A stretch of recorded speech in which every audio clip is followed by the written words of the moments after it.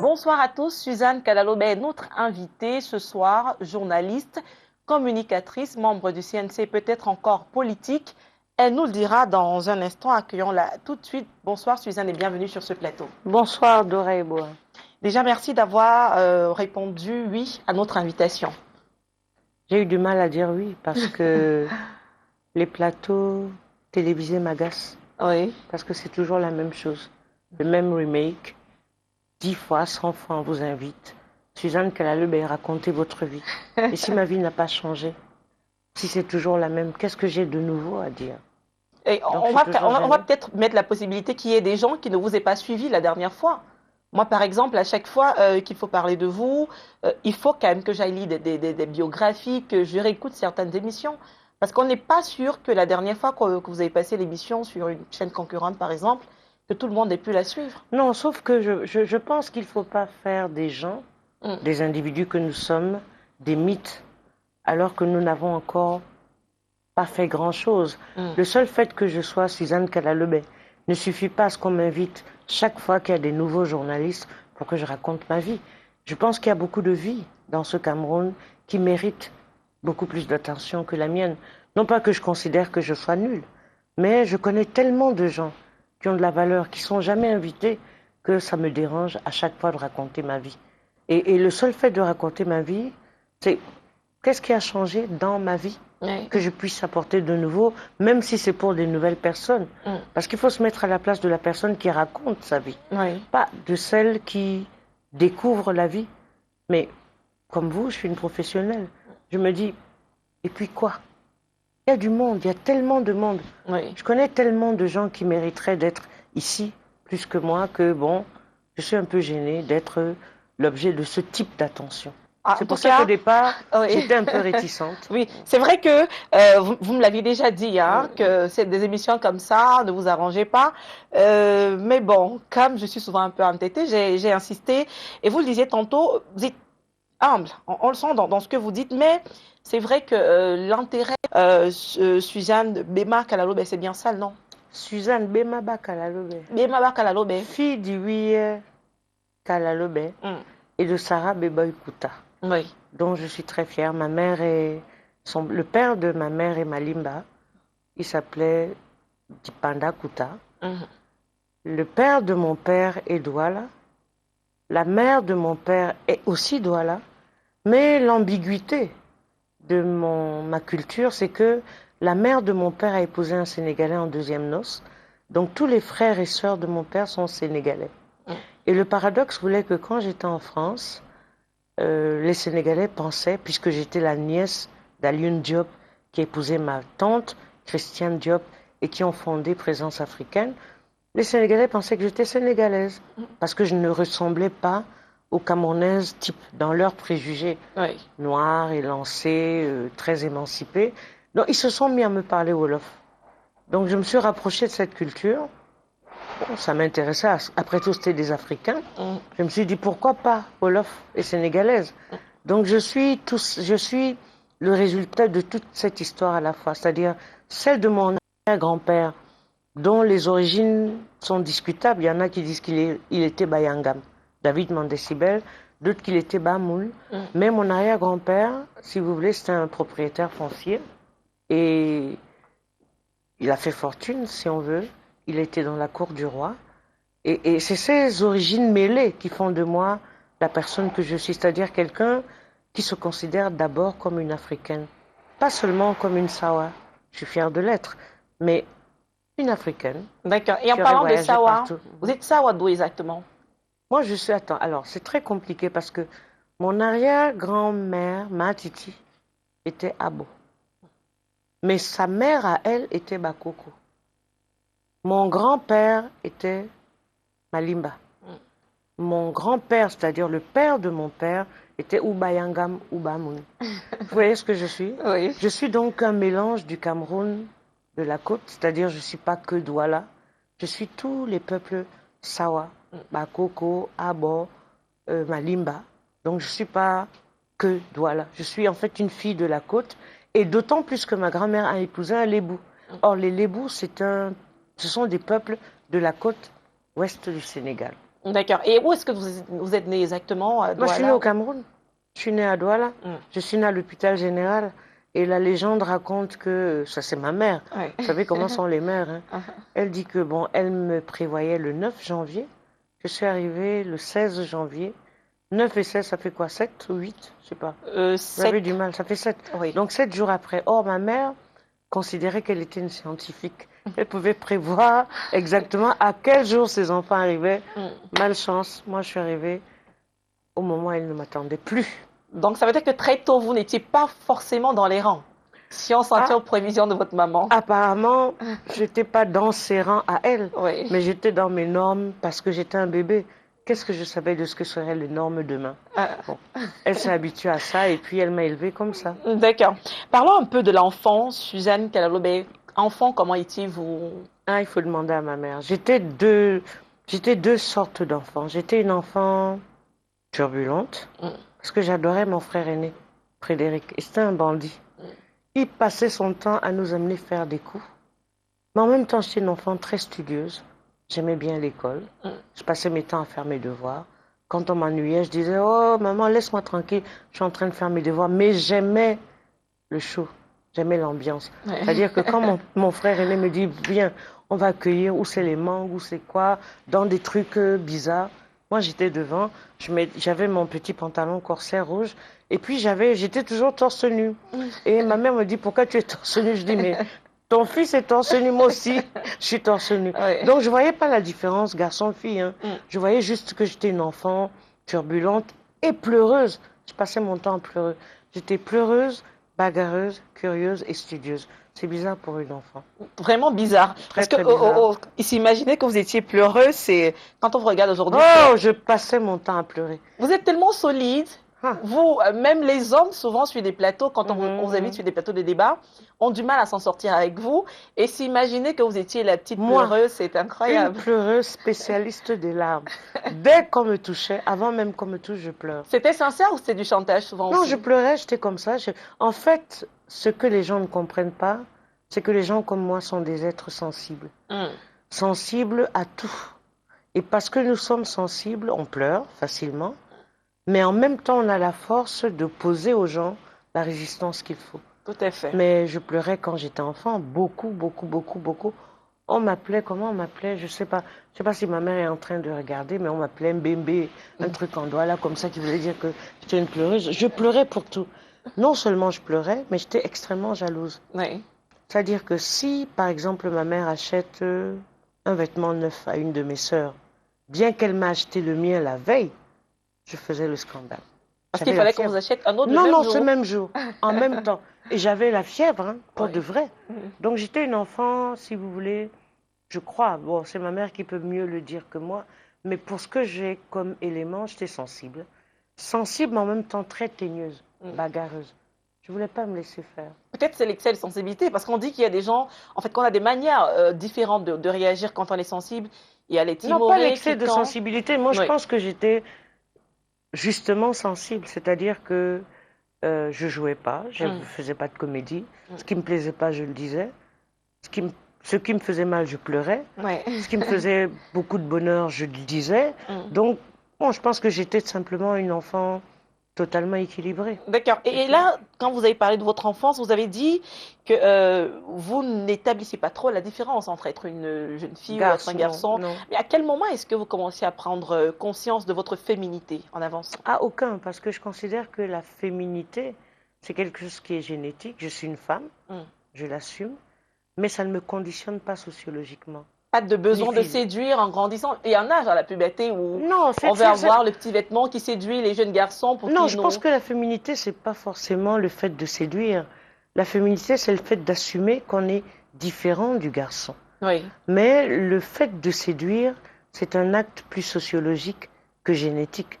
C'est-à-dire qu'on conditionne les femmes, comme les hommes, à un rôle social en leur disant, bon, vous devez plaire parce que le projet est ceci ou cela. Or, moi, j'étais pas dans cette logique-là. Je n'ai jamais refusé d'être féminine, ni d'être séduisante, ni même de séduire. Mais je pensais pas que c'était ma vocation première. J'étais pas là pour séduire les hommes, ou les hommes n'étaient pas là pour me séduire. J'étais là pour vivre ma vie, pour montrer que je suis un être à part entière. Mm. Et ce que je reconnais à ma mère, et c'est ce que ce pourquoi je la remercie, si vous voulez, c'est qu'elle ait fait de nous des êtres complets. Ne nous réduisant pas à l'apparence physique, ni simplement à l'intelligence mathématique, mais à faire de nous des êtres complets, des êtres humains à Ouais. part entière, prêts à s'ouvrir au monde, prêts à s'enrichir aux cultures du monde et pas seulement réduits à des rôles sociaux. Et ça, je pense que elle, ma mère, c'était une avant-gardiste. Ça reste une avant-gardiste. Parce qu'elle nous a fait comprendre que l'être humain, c'est un tout. C'est un social, comment on appelle ça? C'est un outil social organisé qui doit avoir des atouts, femme comme homme. Et maintenant, en tant que femme, elle ne m'a pas dit ta place est dans la cuisine, Ouais. mais elle nous a dit sache faire la cuisine, sache reconnaître ce qui est beau. Mais elle a dit la même chose à ses fils. Mais ce qu'on sait en général, Suzanne Kaloubet, c'est qu'à un certain âge, surtout à l'âge de la puberté, autant chez les hommes que chez les femmes, et ça c'est naturel, c'est pas forcément parce qu'on vous a inculqué ça dans l'éducation. Il y a, quand on commence à prendre conscience de son corps, avec la poitrine qui se développe, avec les organes même qui commencent à vous pousser, à vous laisser être attiré par l'autre sexe, il y a souvent ce petit désir de plaire, d'être convaincu quand même qu'on plaît à la gente Non, masculine. je suis pas. Vous n'avez pas connu cette étape, Non, vous? je suis pas d'accord. C'est-à-dire que moi, j'ai pas eu de préoccupation de séduction Mm. parce que j'ai été élevée dans une, j'appellerais ça une complétude de mes sens. Mhm. Je faisais du sport, je faisais de la musique, j'avais je veux dire, les aspects tactiles, et donc ma sensualité n'était pas réductible au fait de plaire à un homme ou à une femme, parce que bon, les deux sont possibles, mais ma sensualité était tout mon être pour plaire au sens large, mais plaire de façon intelligente et instruite. Donc, si vous voulez, j'ai pas eu un processus manichéen où je me dis, bon, voilà, je suis une femme, non, bon, je dois plaire. Non, pas du Ouais. tout. J'ai eu la conscience de moi-même en me disant, je suis un être humain, qu'est-ce que j'apporte aux autres sans penser à mon aspect sexuel, mais en Oui. tant qu'être humain. Non pas que j'avais pas de désir, Mm. mais pour moi, le désir était lié à l'intelligence que j'avais et de moi-même et de ma relation avec les autres. Donc, j'ai D'accord. pas construit tout un univers fantasmagorique comme la plupart des femmes le font, en me disant pour que je plaise, je dois ressembler à ceci ou à cela. J'ai pas eu, disons, j'ai pas eu cette peine-là. J'ai eu la chance d'avoir une mère extrêmement intelligente, extrêmement ouverte et qui nous a épargné les schémas ou les manichéismes, ce qui nous a permis de nous épanouir les uns comme les autres, De comme manière des êtres individuelle, humains oui. à part entière. D'accord. Mais on va parler quand même d'autres choses, juste pour sortir de ce sujet, sur votre jeunesse. Le premier garçon qui vous aborde réellement et à qui vous dites oui, est-ce qu'il a eu un peu de peine? Parce que vous disiez que vous étiez bagarreuse en même temps. Et puis, vous avez ce côté, peut-être vous me direz tout à l'heure si j'ai tort ou pas, mais ce petit côté un peu autoritaire qui peut faire Non, pas fuir certaines autoritaire, femmes des pas fois, autoritaire, indépendante. indépendantes. Indépendante. Non, j'ai mis du temps à avoir mes premiers rapports sexuels. J'ai mis beaucoup de temps parce que c'est pas ça qui m'intéressait dans mes rapports avec les hommes. Et je peux considérer que c'est un hasard. C'est par hasard. C'est quelqu'un de totalement anonyme vis-à-vis duquel j'avais pas de sentiment en particulier. Nous étions dans le combat militant. Je crois que j'avais 18 ans. Et puis ça s'est passé. Mais ça ne m'a pas fait plus chaud ni froid que ça. Ouais. Bon, ça devait arriver. J'avais la culture pour. Et lui était convaincu que j'étais dépucelée depuis. Je ne l'étais pas. Mais j'étais avancée dans la culture. Je considérais la relation sexuelle comme quelque chose de normal, qui devait arriver entre un homme et une femme. Ce n'était pas forcément l'aboutissement de l'amour, c'était des frictions. Ça s'est passé. D'accord, on va très vite évacuer en peut-être 5 minutes encore votre jeunesse parce que là, franchement, avec vous, il y a tellement de choses à dire, que ce soit sur le plan du journalisme ou de la politique. Bon, très rapidement, est-ce que vous avez fait des enfants? C'est la question que beaucoup se Non, posent. non, j'ai pas eu d'enfant pour la simple raison que, à l'époque, je reste très amoureuse d'un homme qu'on appelle Béa Manoyak. Mais à l'époque où je le rencontre, nous sommes dans l'exaltation militante. Et ma préoccupation, c'est, est-ce que si je vais au maquis, je peux faire supporter mon choix à mes enfants. J'ai eu beaucoup de problèmes de conscience. Donc je me suis dit, je ne peux pas. Parce que pour moi, la conviction, c'était que j'allais finir ma vie dans le maquis, comme les Che Guevara et compagnie. À l'époque, j'avais 18 ans, j'étais engagée dans l'UPC. Et donc, je n'ai pas fait d'enfant. Je n'ai pas fait d'enfant. Et ce qui a fait que je me suis confortée dans cette posture, c'est que mes sœurs, mes frères étaient merveilleux. Pas parce qu'ils avaient pitié de moi, mais j'étais leur sœur. Donc, dès qu'ils faisaient un enfant, il me dit, voilà ton enfant. Mon compagnon lui-même avait beaucoup de frères et sœurs, et ses frères et sœurs avaient des enfants. Donc, j'ai vécu au milieu d'enfants, j'ai fait grandir, que j'ai élevé. Donc, je n'ai pas eu la préoccupation de savoir est-ce que je suis la mère génétique. Et je n'avais pas cette conception-là, si vous voulez. J'avais une conception un peu plus large. Les enfants sont les enfants. Moi, je suis une combattante, militante révolutionnaire. Demain, je vais aller au maquis. Je ne peux pas imposer à mon enfant, demain, mes choix de vie. Et après le maquis, pourquoi vous n'avez toujours J'ai pas été au maquis, hein, oui. y a pas je eu veux de dire, maquis. après cette période non, le difficile, temps a passé, le oui. temps a passé. Comme je suis quelqu'un de, je dirais quelqu'un de constant, je me suis dit, bon, le temps a passé, simplement, et puis la ménopause est arrivée. Oui. Et dès que vous arrivez à la ménopause, vous ne pouvez plus faire marche d'enfant. arrière. C'est ça. Donc j'ai assumé, j'adore mes neveux, mes nièces dans le monde entier. Ça ne m'a pas manqué au sens fondamental, c'est-à-dire l'amour des enfants, parce que je me rappelle d'Arnaud, Laïssa, Nicolas, Arthur, Clément, David, Sarah, Georgina, Chantal, tout ça sont mes neveux et nièces qui ont grandi avec moi, que j'ai prises dès qu'elles étaient toutes petites. Donc, honnêtement, cette affection-là, oui, non, ça ne m'a pas manqué. Et je disais à quelqu'un aujourd'hui, je dis, moi, je suis habituée, j'ai été habituée à vivre avec des enfants. Et mes neveux m'appelaient, mes neveux et nièces m'appelaient Tati Programme, parce qu'ils venaient à la maison. Je leur dis, bon, alors, les enfants, les programmes, c'est quoi? On va prendre le métro, on va à la piscine. Bon, du coup, je n'ai pas eu, comme les 2 tiers des femmes qui n'ont pas fait leurs propres enfants, la pénurie d'affection. Et je suis sûre que s'ils m'entendent aujourd'hui, ils m'envoient toujours des petits SMS et tout ça. Donc, je suis une femme comblée, mais ça n'a pas plu à mon compagnon, Béa. Parce que lui n'avait pas la même conception que moi. Il voulait des enfants génétiques, c'est-à-dire les siens. Donc, on n'était pas du tout sur la même longueur d'onde. Oui. Bon, il a fini il a fait ses propres enfants. Parce qu'il vous a attendu et qu'il s'est fatigué. Mais non, c'est un gars qui n'était pas solide. Il n'était pas vraiment solide. Bon, la dernière question sur votre vie privée, c'est est-ce que vous êtes jamais marié? J'ai jamais été pour le mariage. Moi, je suis d'une génération des 68 ardes. C'est-à-dire, pour nous, le mariage, c'était bourgeois, c'était une convention, c'était quelque chose qui était fermé, etc. Mais j'ai toujours été amoureuse et j'ai toujours cru en la vie de couple. J'ai toujours pensé que rester ensemble, c'est fondamental avec quelqu'un, avoir un compagnon. Mais je ne voulais pas que quelqu'un d'autre me dicte le comportement que je dois avoir. Là non plus, je ne suis pas d'accord avec Béa. Mais bon, depuis 43 ans, il reste mon compagnon. Je n'en ai pas eu d'autres. Même si j'ai eu des aventures, mais je n'en ai pas eu d'autres. Il en a certainement eu aussi, si vous dites qu'il a fait des enfants. Non, mais lui, il n'a pas eu des aventures. Hein. Il a eu des... Comment on appelle ça? Des situations.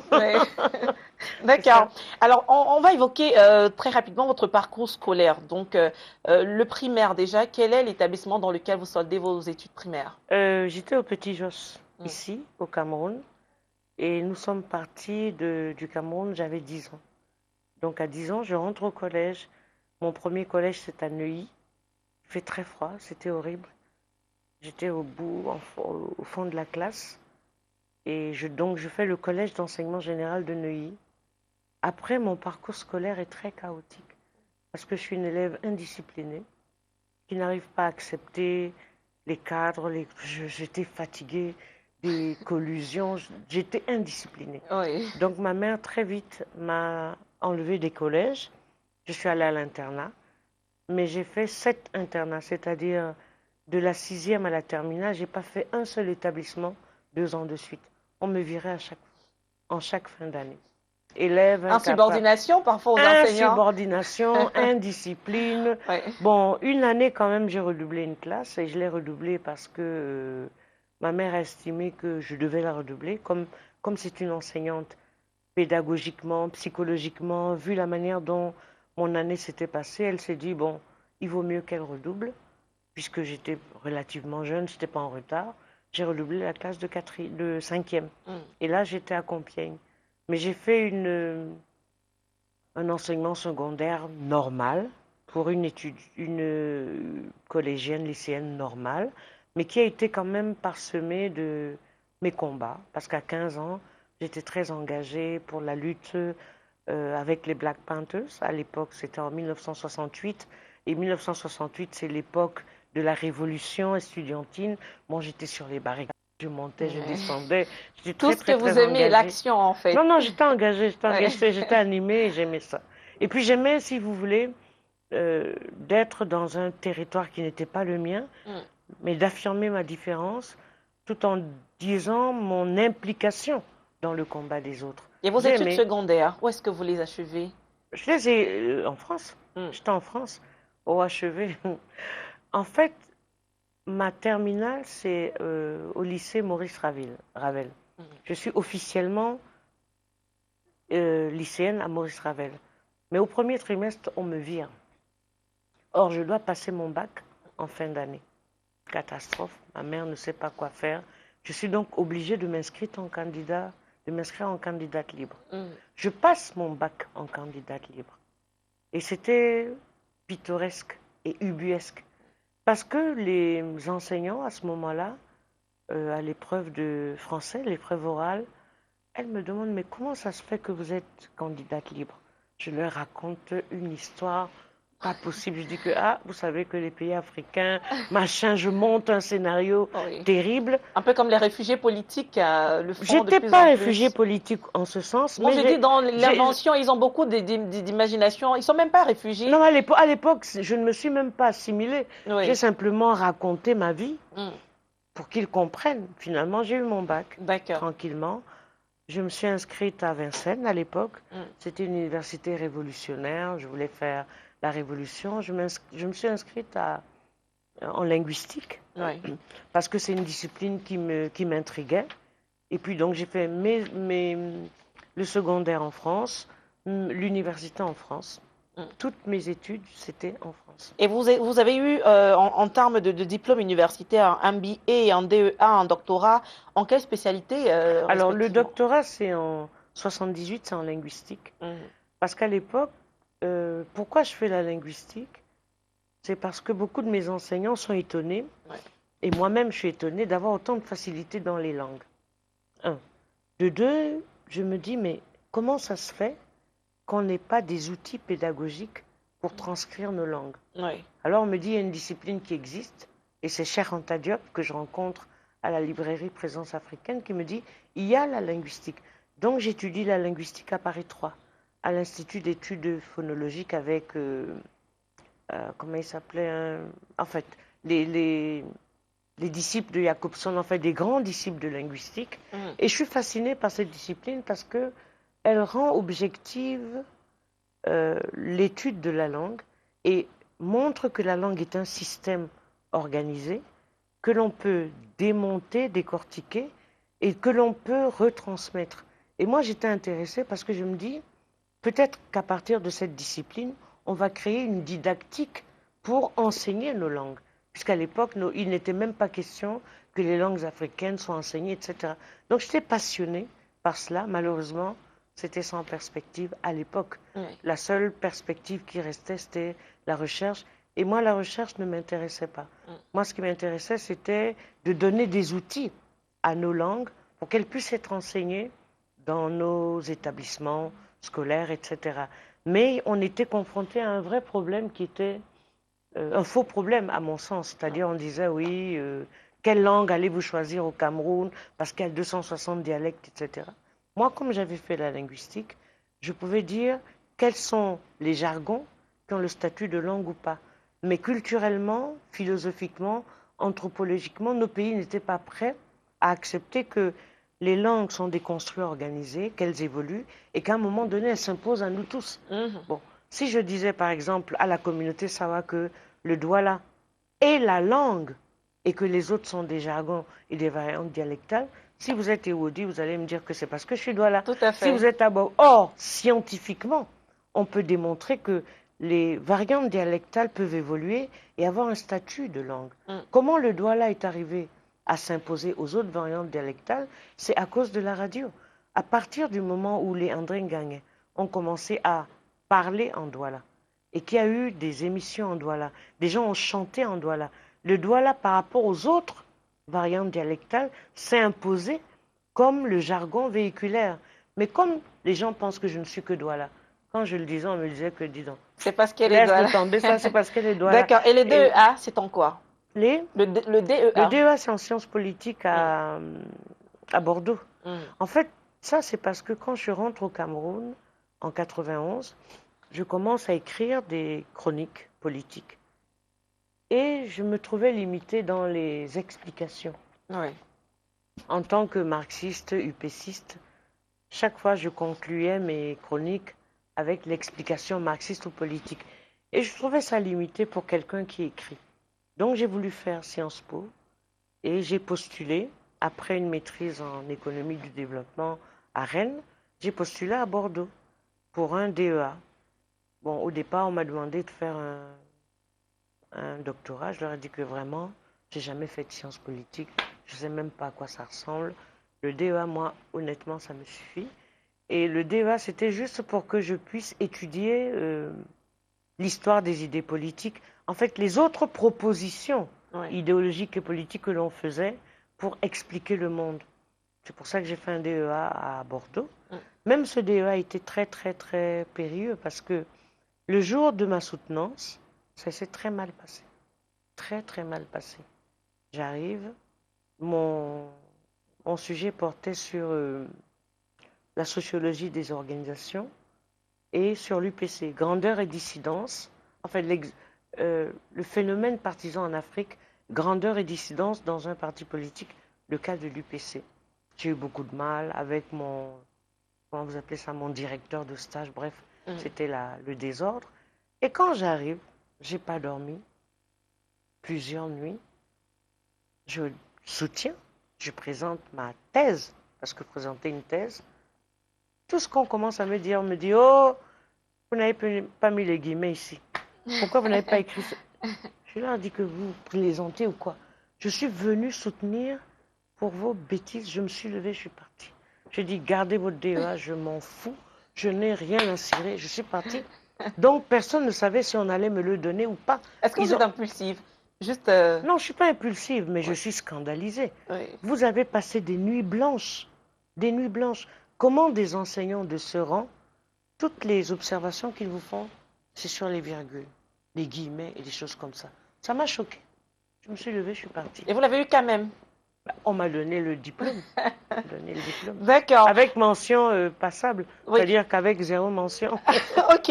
Mais vous avez tellement d'anecdotes sur les lieux et puis les événements qui entouraient vos différents examens, ceux qui ont permis, qui se sont sanctionnés par l'obtention de vos diplômes. Mais comment comprendre cette polémique que certains font sur le fait que vous n'ayez pas vraiment les diplômes que vous dites C'est leur problème, posséder? Honnêtement. C'est leur problème parce qu'ils peuvent vérifier. Puisqu'il y a des... Comment vous appelez ça? Il y a des archives, il y a des mémoires. Dans chaque Il établissement? n'y a pas certains. Il y a quelques personnes dont je peux citer les noms, mais je ne les citerai pas. Qui ont dit, oh, Suzanne, elle dit que le DEA, elle ne l'a jamais eu, le doctorat, elle ne l'a jamais eu.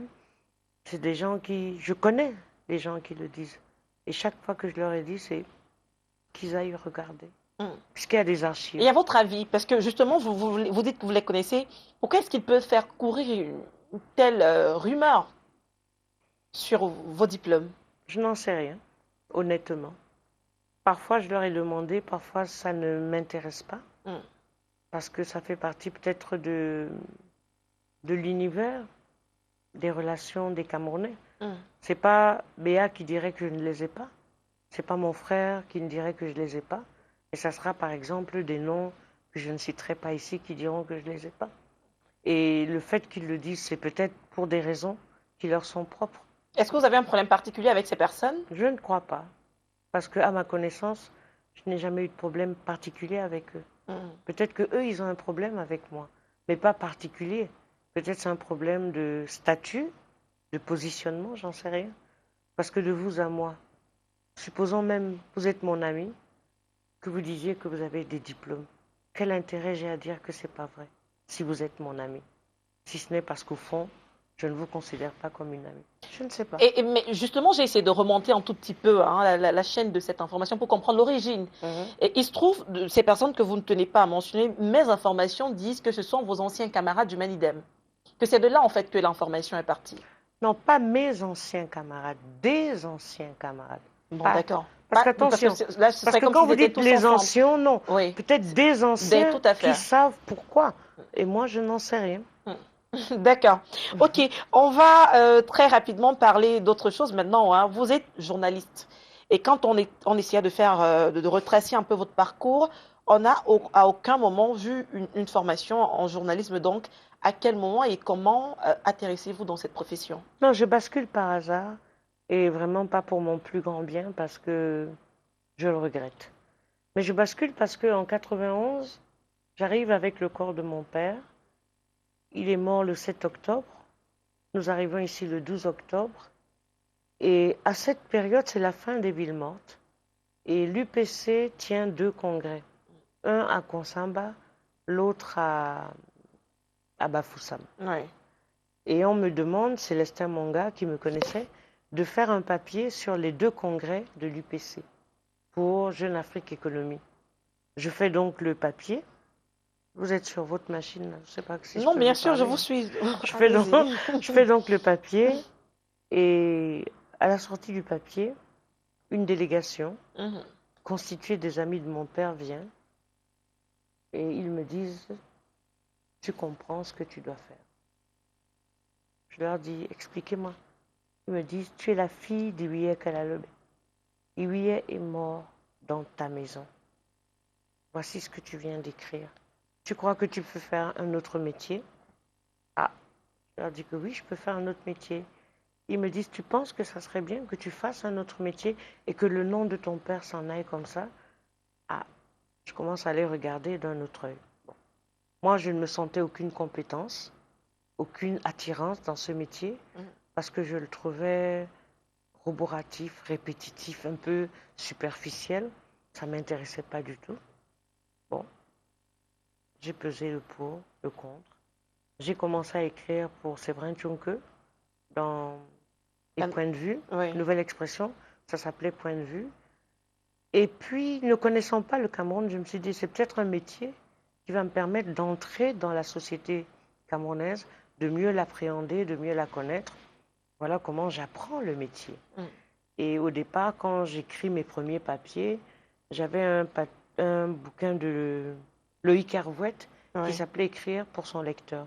Mais avant ça, je travaillais dans la commission communication de l'UPC et j'étais rédactrice à La Voix du Cameroun.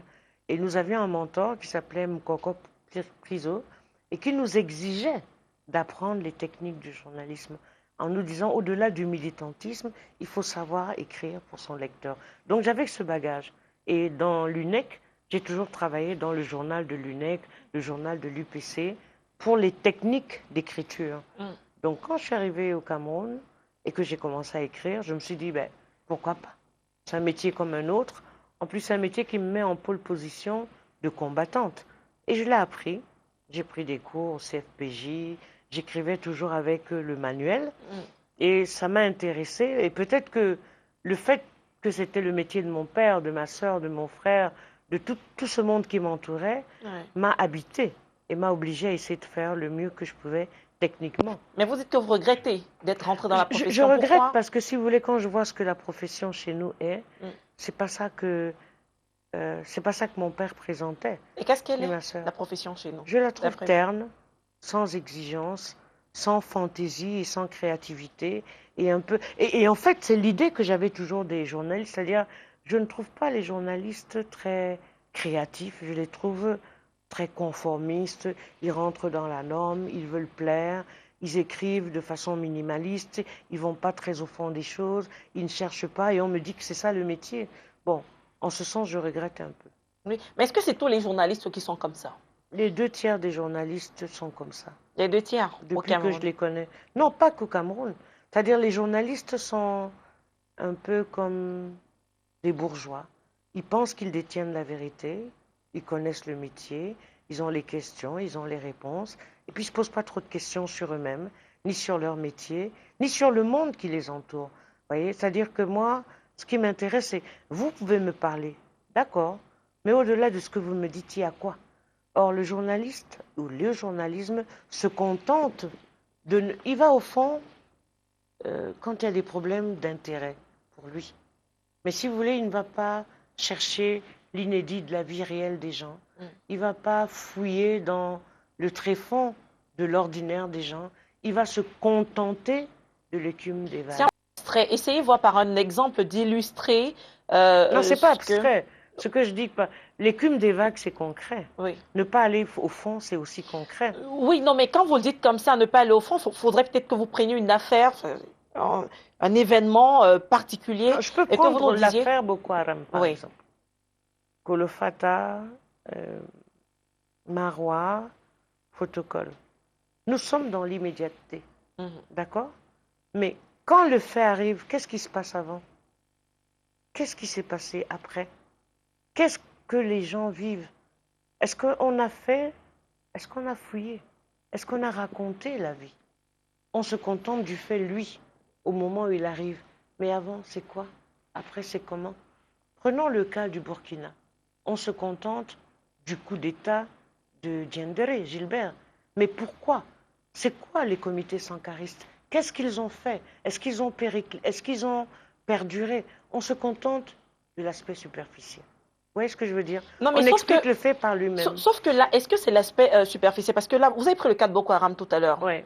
Je vais prendre, par exemple, le cas de notre chaîne de télévision. C'est-à-dire que chaque fois qu'il y a un attentat de Boko Haram et que la presse rapporte cet attentat en disant voilà ce qui s'est passé, il y a dans beaucoup d'organes de presse, j'ai lu dans la presse écrite, il y a même chez nous des reportages pour parler des fois de la vie des populations. On essaie de voir comment est-ce que la vie a repris son cours. On parle de cela après. Oui. Ce que je veux dire, si vous voulez, ce qui ne m'intéresse pas dans le journalisme, c'est que on attend que quelque chose se passe pour parler de la vie des gens. Oui. Ce qui m'intéresse dans la vie, c'est de parler de vous avant que vous ne soyez une star.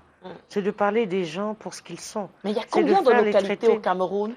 Il y a combien de sujets comme ça? Non, ce que je veux dire, c'est que moi, ce qui ne m'intéresse pas dans le journalisme, c'est le côté urgence. C'est le côté artificiel. Je le fais. Je ne récuse pas. Oui. Je ne dis pas que ce n'est pas un grand métier. Mais si vous voulez, je m'intéresse plus au fond des choses, à l'antériorité, à l'historiographie, à la mise en perspective. Et si ce métier ne m'a jamais attiré, c'est que je le trouvais superficiel. C'est mon point de vue. D'accord. Et mon père, si vous voulez, lui, il n'exerçait pas dans le reportage. Mon père était un chroniqueur, c'est-à-dire un penseur, quelqu'un de dense, qui observait la société et qui l'alertait sur « attention, voilà ce qui va se passer ». L'aspect de raconter, une fois que l'attentat a eu, ne m'intéresse pas, honnêtement. Donc c'est cet aspect du métier qui ne m'intéressait pas. Par la force des choses, je l'ai fait. Mais est-ce que vous avez essayé justement, cet aspect superficiel, vous parliez même dans la recherche de l'information, vous disiez qu'il y avait des limites. Est-ce que vous avez essayé, vous, quand vous exercez encore aujourd'hui, vous écrivez? J'avais quoi? Quel pouvoir? Moi, j'étais chroniqueur. Oui. Chaque fois que j'ai pu faire au-delà du factuel, je l'ai fait. Je suis l'une des rares journalistes au Cameroun. J'ai fait de l'investigation sur le problème du pétrole. J'ai fait de l'investigation sur la question de Titus. Et les articles sont parus? Ils sont tous parus. Oui. J'ai pris mon temps. J'ai fait beaucoup de choses profondes.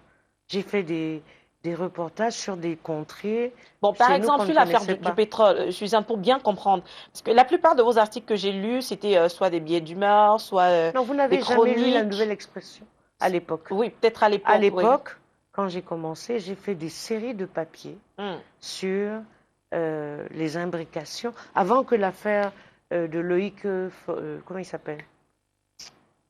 Merde. Le gars de Total, là. Oui. Avant que le scandale n'éclate, j'avais déjà fait des papiers sur les affaires africaines de Pierre Péan, sur les investigations. Quand il y a eu l'affaire de Donatien Coigne, j'ai fait une enquête sur les, comment vous appelez ça, les réseaux.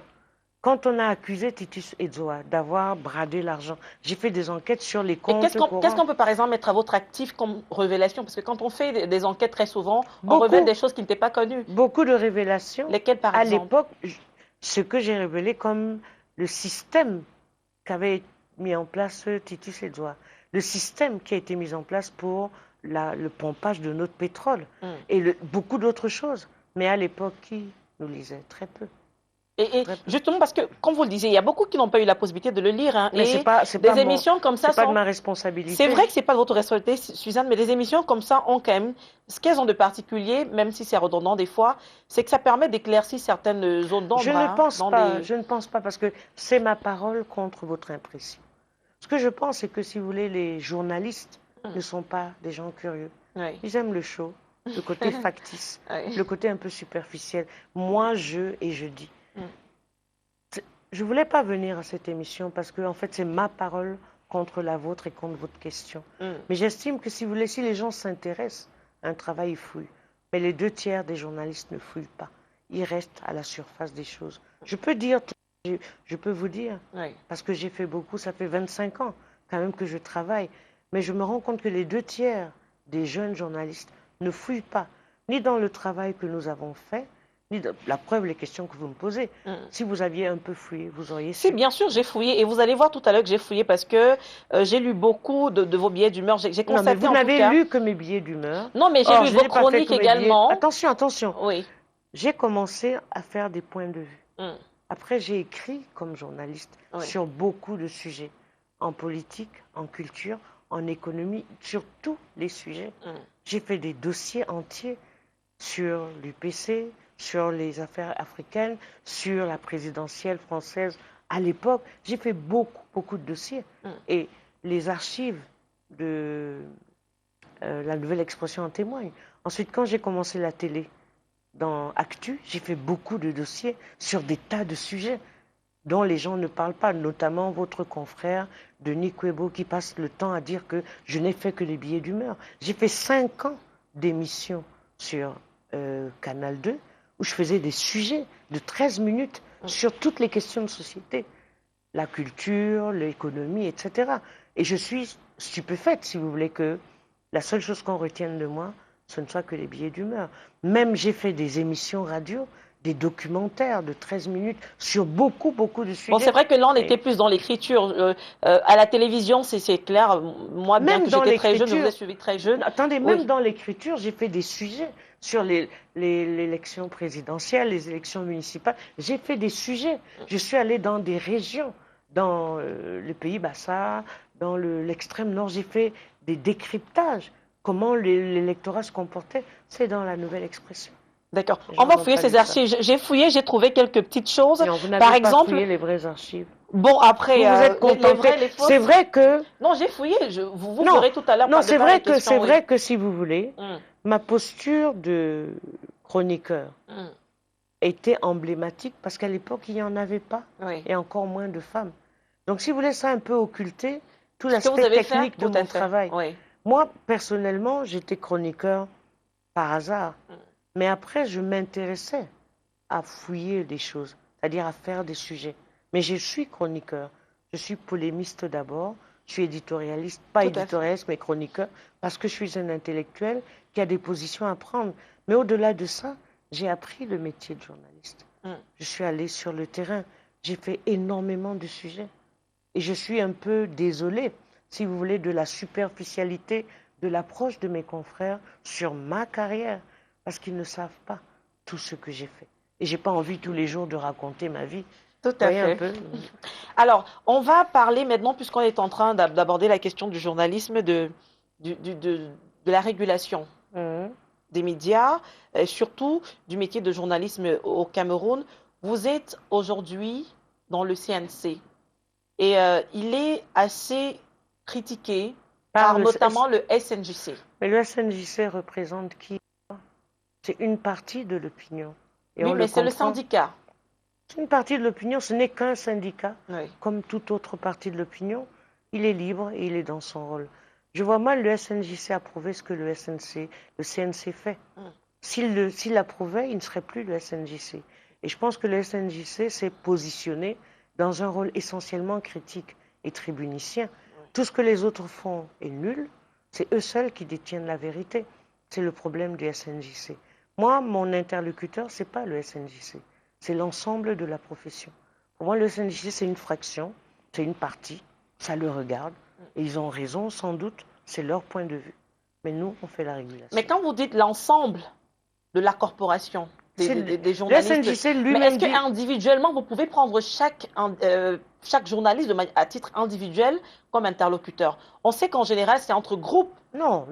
Que ça se passe, cette le communication. SNJC dit lui-même qu'il n'a que 450 membres. Oui, maintenant, il parle de 500. Même si c'est 500, ce n'est qu'une partie de la profession. Nous sommes plus de 2500 journalistes. Donc, ce n'est qu'une partie.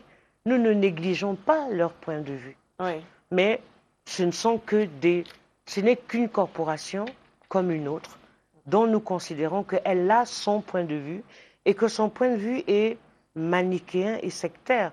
Mais c'est la liberté du SNJC de critiquer le CNC. Mais pour nous, ce n'est qu'une parole, ce n'est pas la parole. Vous voyez ce que je veux dire? Tout à fait. Et maintenant, le SNJC si vous voulez, se positionne dans une fonction essentiellement tribunicienne parce qu'ils font des confusions. Ils disent, puisque le CNC a été nommé par Paul Biya, nous sommes contre, puisque c'est Paul Biya.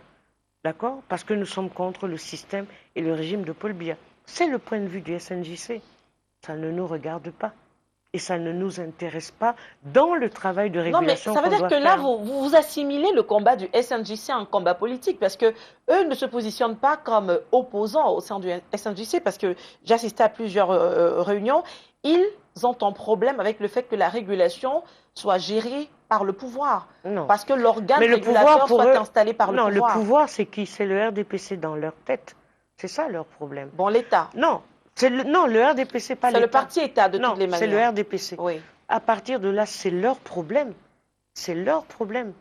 Si vous voulez. Moi, j'ai entendu des choses qu'on a dit sur moi que j'ai trouvées totalement inadmissibles. Mais j'ai laissé dire. Je ne suis pas le RDPC.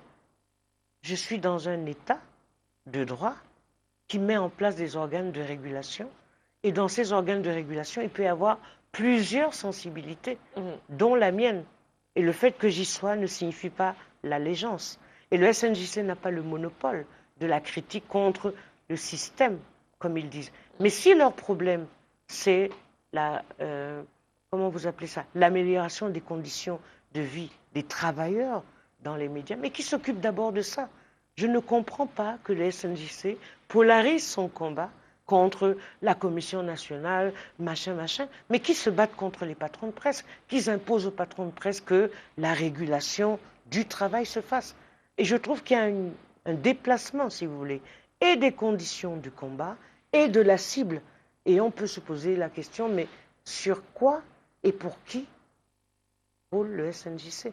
Moi, je suis syndicaliste, même si certains de vos camarades du SNJC pensent qu'on est syndicaliste que quand on est du SNJC. Mais en tant que travailleur, je travaille dans la presse depuis 25 ans. 25 ans. Et j'ai toujours dit quelles étaient mes conditions. Ouais. J'ai toujours critiqué, combattu, contesté, combattu mon propre employeur en disant c'est des conditions négrières. Je les ai combattues. Je n'ai jamais entendu un combat organisé par les syndicats pour dire que les employeurs arrêtent de traiter les journalistes comme des salauds. Je suis choquée quand le SNJC, par exemple, accepte un chèque de Tchatoué, de Canal 2, de 5 millions, parce que Nana est mort, en disant qu'il ne savait pas. Et que le SNJC n'exige pas de Tchatoué qu'ils disent, OK, comme celui-ci est mort, inscris donc tous tes travailleurs à la CNPS. J'ai rien vu. Mais le SNJC s'intéresse à Kala Lobé, s'intéresse à Peter Essoka. Kala Lobé est monté, Kala Lobé est descendu, Kala Lobé est une vendue. Je trouve ça un peu médiocre pour un syndicat. Si vous êtes un syndicat, moi je suis qui? Je suis membre du CNC, je l'assume, j'endosse mon rôle de régulation. S'ils sont des syndicalistes qui se battent sur des cas concrets pour améliorer les conditions de vie des travailleurs dans le domaine de la presse. Et ils peuvent également non seulement parler, enfin lutter pour l'amélioration des conditions de vie, mais ils ne luttent pas. Alors, ça, ils ne font rien pour ça. On va en parler. Je suis dans ils ont dit qu'ils ont entamé des discussions déjà avec ça fait 25 ans que je suis dans le métier. Oui. Je n'ai jamais vu le syndicat lutter. Je ne veux pas donner des exemples concrets de ce que j'ai vécu. Je ne veux pas, parce que ça ne sert à rien. Mais je ne l'ai jamais vu sur le terrain. Je ne l'ai jamais vu. C'est l'une des raisons pour lesquelles ils disent qu'ils discutent avec les patrons de presse depuis un moment. Discuter avec les patrons pour l'amélioration des conditions discuter avec les patrons de presse, ce n'est pas se battre contre. Vous avez vu, le peuple burkinabé se bat. C'est-à-dire, il pose des actes. Grève, marche, insurrection. Ce n'est pas discuter. Les journalistes eux-mêmes ne sont pas contents de leurs conditions. Ils n'ont jamais fait de grève. Ils n'ont jamais refusé. Vous, Dora et moi, Thierry Ngangong, en faisant entretien, on vous met là. Ça ne vous pose pas de problème. Vous ne discutez pas. Vous ne contestez pas ça. Or, un syndicaliste dit, mais attendez, nous ne sommes pas interchangeables. Nous ne sommes pas des jetons. C'est l'esprit du syndicalisme. Nous ne sommes peut-être pas des jetons, mais vous êtes quand même consciente que ce soit pour le média dans lequel vous avez travaillé, par exemple, à Equinox, vous n'êtes plus. On va aborder d'ailleurs tout à l'heure cette question, mais vous êtes quand même consciente du fait que les télévisions, tout comme tous les organes de presse, doivent fonctionner. Mais fonctionner. Que si un élément part et qu'il y a une émission, est-ce qu'on doit changer l'émission parce que vous êtes syndicaliste, il y a des principes sur lesquels il faut que vous vous battiez. Lesquels, par exemple? C'est-à-dire qu'il faut respecter l'employé, ok? Que nous ne sommes pas des objets interchangeables à tout moment. Ça, c'est d'un. De deux, que vous êtes ici à entretien, dimanche à ceci, c'est-à-dire vous cumulez plusieurs fonctions. Donc, vous êtes interchangeables. C'est-à-dire qu'on vous exploite là où on peut employer plusieurs autres personnes. Un syndicaliste refuse ça parce qu'il dit, je suis payé tant, je suis désolé, je ne cumule pas le travail. Or, la conscience d'un syndicaliste, c'est ça. Vous voyez? Mais je ne suis pas totalement d'accord. Je sais que vous ne pouvez pas être d'accord. Non, et c'est normal. Pas parce que ça me concerne, Suzanne, mais je veux dire que. Mais c'est normal que vous ne soyez pas d'accord. Non, mais que ce soit au sein des organes de presse. Je vais prendre le cas du CNC, par exemple. Quand Monseigneur Béfé Ateba s'en va, c'est celui qui est le second, qui qui cumule le poste de président et de vice-président. Il ne cumule rien du tout, c'est parce que vous ne connaissez pas les textes. Le vice-président, sa fonction, c'est justement de suppléer à la vacance du président. Oui. C'est ça son titre, c'est pour ça qu'il y a un vice-président. Mais il statue aujourd'hui quand il faut statuer, et ça vous le dites. Non, il est vice-président, c'est que vous ne comprenez pas, Dora Eboye, excusez-moi. Quand on est vice-président, d'accord, quand dans une structure on nomme un directeur adjoint, c'est parce qu'on sait que, nul n'est infaillible et personne n'est indispensable. Et qu'il faut toujours assurer la continuité de la structure. Donc, il ne cumule rien. Il continue à jouer son rôle de vice-président. Puisque, quand le président n'était pas là, c'est lui qui siège en lieu et place de lui. D'accord? Et c'est ça, ses prérogatives. Donc, il ne cumule rien du tout. Il n'a pas double salaire. Il n'est pas président du CNC. Il est toujours vice-président. Ça n'a rien à voir avec le journaliste qui accepte de cumuler plusieurs fonctions. Donc, ça veut dire que, par exemple, vous également, à la Nouvelle Expression, vous étiez dans un système de tolérance de ce que vous appelez l'exploitation, parce qu'en même temps, vous étiez à la Nouvelle Expression. Pas dans un, vous aviez une émission Massou, vous étiez sur le plateau de l'émission du dimanche. J'étais pas dans un système de tolérance de l'exploitation. Oui. J'ai passé un deal avec mon patron. Je lui ai dit, vu le salaire que vous me payez, je vais faire autre chose. D'accord? Il a respecté son deal et j'ai respecté le mien. Mais vous cumuliez quand même plusieurs. Il a respecté, c'est-à-dire qu'il ne m'a pas imposé de ne pas faire autre chose vu la médiocrité de mon salaire. Et c'est parce qu'il l'a respecté que moi, j'ai été honnête. J'ai accepté le deal. C'est-à-dire que quand j'ai commencé à la Nouvelle Expression, je gagnais 150 000. OK? Il a accepté que je fasse mes missions à l'UNESCO, blablabla, blablabla, mais je gagnais toujours 150 000. OK? Mais ces missions, ces expertises me permettaient de largement compenser. C'est à cause de ça que je suis restée dans ce système. Parce qu'à aucun moment, il ne m'a fait de chantage. Donc vous y trouviez votre intérêt? C'est évidemment, c'est une Ça veut dire que négociation. ça veut dire que si les autres Non, trouvent leur attendez, c'est une intérêt, négociation. oui, tout à fait. C'est Ça une veut dire que s'il y a négociation. négociation et que les autres trouvent leur intérêt, il Non, n'y a la pas seule, d'exploitation en ce moment-là. non, il y a exploitation en ce qui vous concerne. Pourquoi? Moi, j'ai jamais Et s'il y cumulé, a augmentation de salaire, par même exemple, s'il y a avec le cumul, augmentation de s'il y a salaire, des conditions ça que veut je pose dire et que qu'on vous faites respecte, plusieurs postes que d'autres peuvent faire. Moi, j'ai pas fait plusieurs postes, comment d'accord? ça? Non, j'étais chroniqueur, je suis resté chroniqueur Vous à aviez la une Nouvelle émission que vous Expression. présentiez À une seule émission, et mais vous j'étais étiez en pas, même temps consultante sur le plateau du débat du dimanche, c'est ton pas du travail tout, j'ai aussi. jamais été Mais consultante. vous étiez invité Non, permanent. j'étais pas consultante, Oui, j'étais expliquez-nous. journaliste, point barre. Et en tant que journaliste, mes tâches, c'était de faire une émission et d'être présente là-bas. J'étais pas consultante. Mon salaire était exactement le même. Comment on appelle ça un invité qui est 195 sur 000. un plateau de débat tout le J'étais temps pas et qui est... invitée. Le triptyque, Oui. la différence de droit de réponse, Mm. c'était que c'était un triptyque.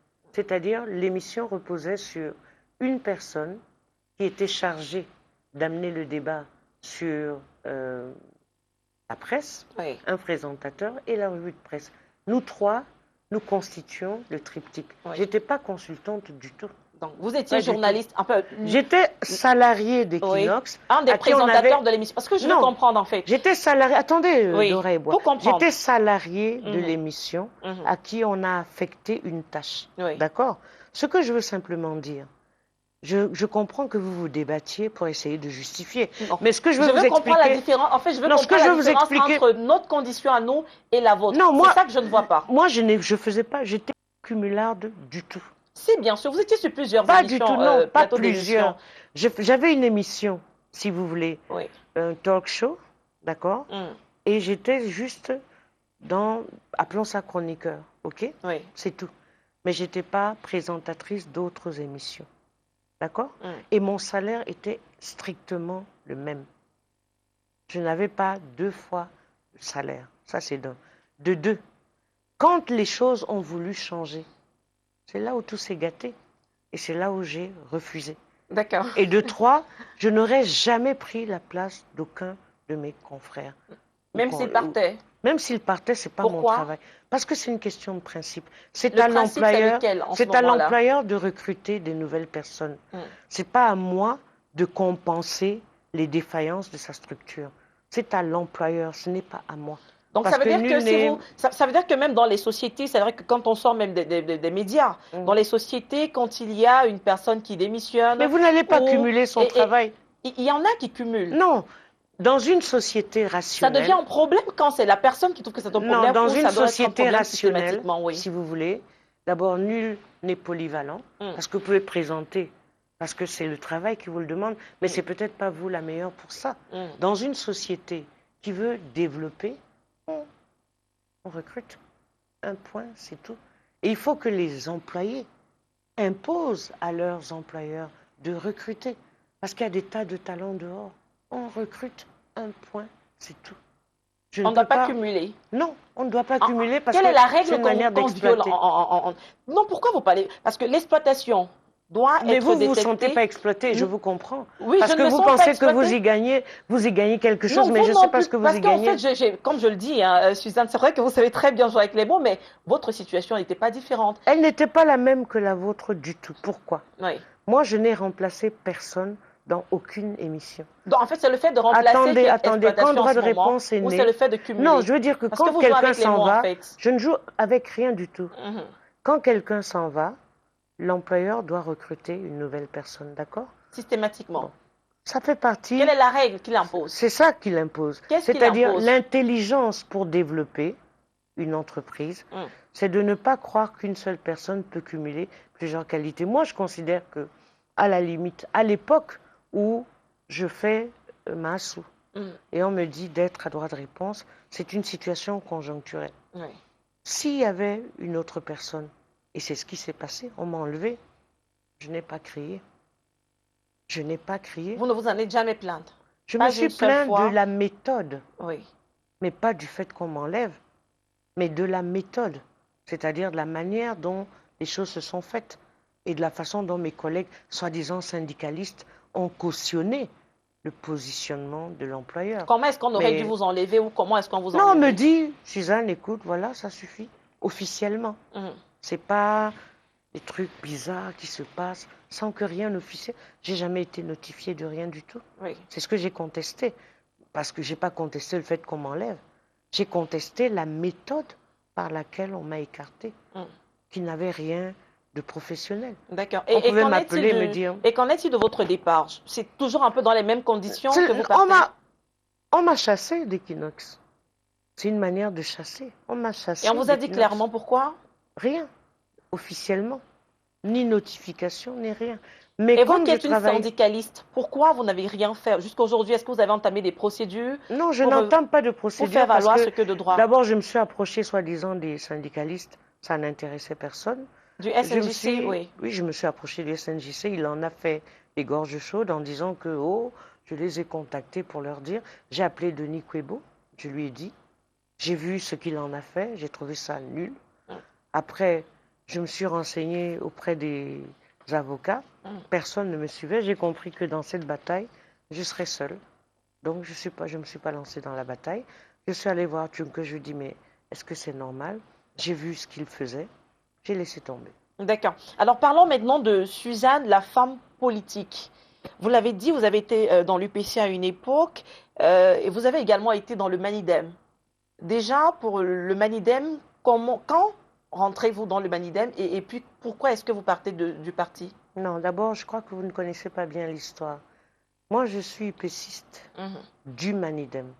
C'est-à-dire que je suis entrée à l'UPC quand on a lancé le Manidem en 1974. D'accord. Et à l'époque, si vous voulez, la façon de nous recruter à l'UPC, c'est qu'on nous faisait passer par les comités rouges du Manidem, par des stages, pour que vous ayez le droit d'être considéré comme UPCiste.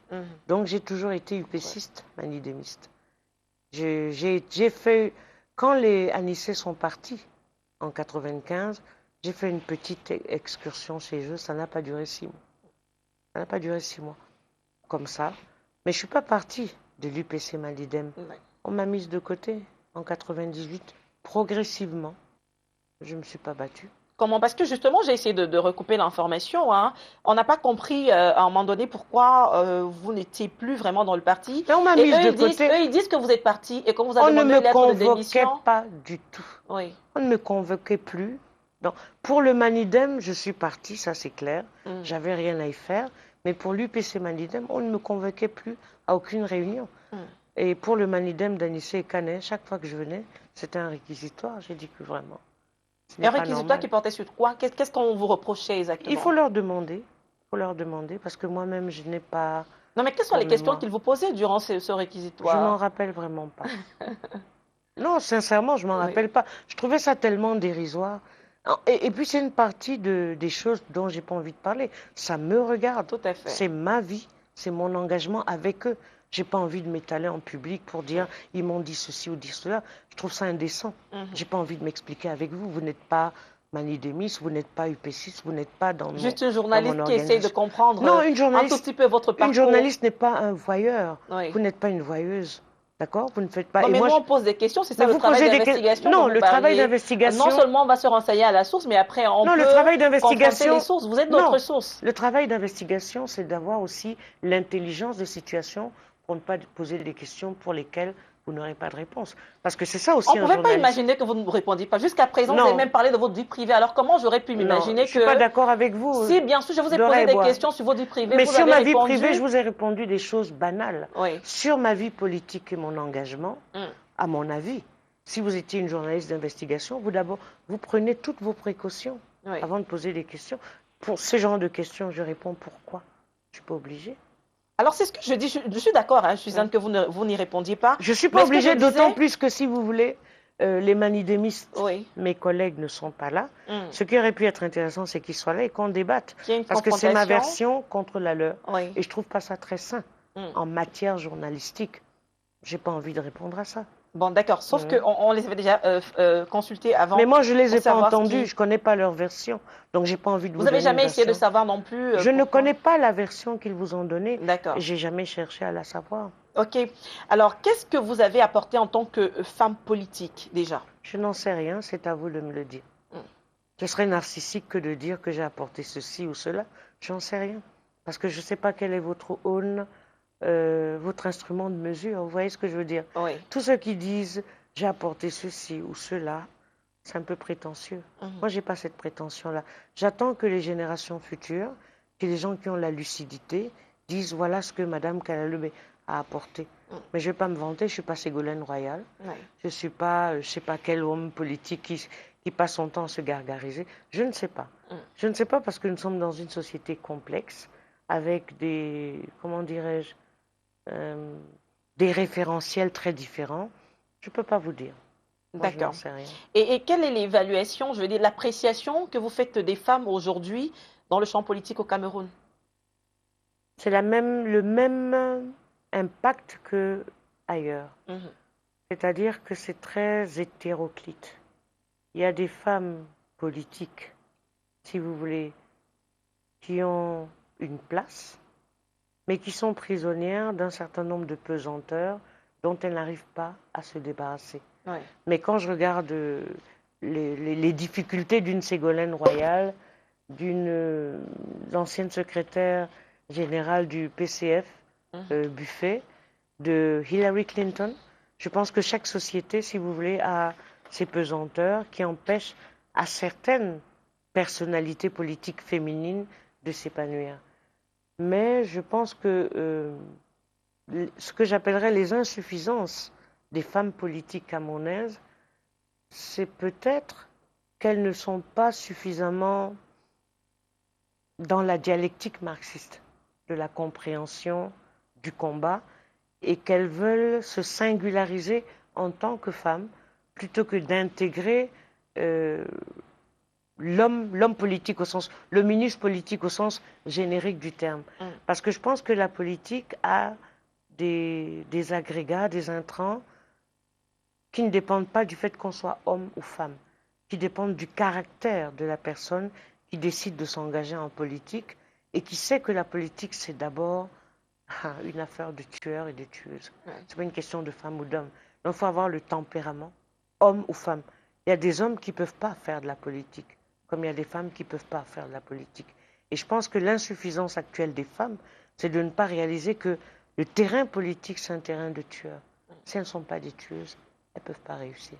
Et quel est le parti dans lequel les femmes ont plus de chances de réussir aujourd'hui? C'est-à-dire que si elles intègrent tout ce que vous dites et qu'elles militent, par exemple, quel est celui dans lequel elles ont plus de chances d'éclore en tant que femmes politiques fortes? Je pense que c'est une mauvaise question parce que les 2 tiers des partis sont des partis machistes.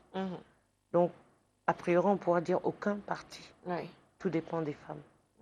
Tout dépend des femmes, de ce qu'elles décident qu'elles veulent faire. A priori, aucun parti aujourd'hui, parce que ce sont des partis construits sur des structures totalement machistes. Oui. Aucun parti ne laisse de place aux femmes. Ce n'est pas les partis qui laissent de place aux femmes. Ce sont les femmes qui s'imposent pour avoir leur place. Donc, a priori, aucun. D'accord. Dans la nouvelle expression du 23 février 2015, vous dites, si les femmes, vous avez cité Kawala, Elisabeth Amanjan et autres, avaient pris le temps de voir comment fonctionne l'espace public politique au Cameroun, et plus singulièrement au sein des partis de l'opposition, elles auraient compris que l'on n'aborde pas la conquête du pouvoir au sein de ces partis. Est-ce que dans ce que c'est vous qui l'avez écrit dans la nouvelle expression du 23 février? Vous sortez une phrase de son contexte, parce que ce n'est qu'une phrase, ce n'est pas l'ensemble de l'article. Oui. Donc je ne sais même plus ce que j'avais écrit dans l'ensemble. Dans cet article-là, vous parliez des femmes dans le champ politique. Non, je parlais après la démission de Elisabeth Amanjan. Oui. Ce que je reprochais à toutes ces femmes, c'est de ne pas comprendre ce qu'est la politique en général et qu'elles se soient lancées dans cette politique avec beaucoup d'angélisme, c'est-à-dire sans évaluer et les obstacles et les contraintes, etc. C'est ça que je voulais dire. Oui. C'est pas que pour les partis de l'opposition. Ah d'accord, parce que ça c'était, ça m'a un peu interpellée. J'ai lu tout l'article en fait. Mais vous sortez une phrase de son contexte. Non, pas du tout. Parce qu'après avoir expliqué ces démissions et posé le problème, vous avez quand même expliqué que si elles avaient bien analysé le champ politique, elles auraient compris que l'on n'aborde pas la conquête du pouvoir au sein des partis d'opposition surtout. Mais c'est une phrase qui sort de son contexte. Parce qu'avant ça, qu'est-ce que j'ai dit? Et après ça, qu'est-ce Vous que avez j'ai dit? parlé justement de la démission Non, d'Edith non, Tawala qui crée sauf son que dans les parti, phrases, de Tamandjan vous et sortez autres. une phrase, mais avant Oui. ça, qu'est-ce que j'ai dit? Je ne me rappelle plus de l'article. Mais vous sortez une phrase, elle n'a pas Si, de puisque sens. vous venez de citer l'angélisme, Non, justement, j'ai je retrouvé cette parle expression-là. de qu'est-ce qui Ça veut dire que m'amène vous à avez dire quelques ça éléments et de comment cet je article. chute. C'est ça le danger de la segmentation et la fragmentation de la pensée des autres. Oui. Bon. Sauf que, bon, vous êtes revenu sur quelques paroles qui montraient quand même que vous avez encore souvenance de cet article. On va, non, je me souviens de l'article, oui. mais l'extrait que vous avez pris, ça vous arrange. Et vous auriez dû lire cette phrase et puis la suite, par exemple, pour que les auditeurs Si, mais j'ai ou les planté le décor. téléspectateurs Je leur ai comprennent. expliqué que ce que vous développiez dans l'article, vous l'avez justement dit, vous parliez d'abord de la démission d'Elisabeth Tamandjan. Non, sauf que dans ce que vous dites, oui. la phrase que vous retenez, c'est ce qui vous arrange. Non, pas du tout, c'est vous qui qui aurait l'avez pu être écrit, intéressant. Suzanne. Je refuse pas, mais j'ai écrit tout un article. C'est pas moi que ça arrange. J'ai écrit un article de 6000 signes et vous prenez 2 lignes. Bon, vous parliez de leurs difficultés. Vous avez dit que c'était un peu plus difficile dans les partis d'opposition. Mais vous n'avez pas explicité. Vous n'avez pas parlé du RDPC aussi, sinon je l'aurais mentionné. Donc mais je n'ai pas l'expérience du RDPC. Oui. Si j'avais l'expérience du RDPC, je l'aurais parlé. Les partis que je connais, c'est les partis de l'opposition. Combien de partis d'opposition je connais le CPP, le SDF, l'UNDP, l'UDC. Comment les connaissez-vous? Vous avez milité parce que c'est des gens que je côtoie. C'est des gens que je côtoie, avec lesquels j'ai pu travailler. Et vous ne côtoyez pas de gens de RDPC? Mais je ne les côtoie pas de la même façon, du tout. Différemment. Je connais moins le RDPC que les autres formations. D'accord. Alors, maintenant, on va parler des questions d'actualité, hein, parce qu'il ne nous reste plus que 20 minutes. Et donc, en parlant d'actualité, surtout des actualités des dernières semaines, impossible de ne pas parler un tout petit peu du cas Afrique Média.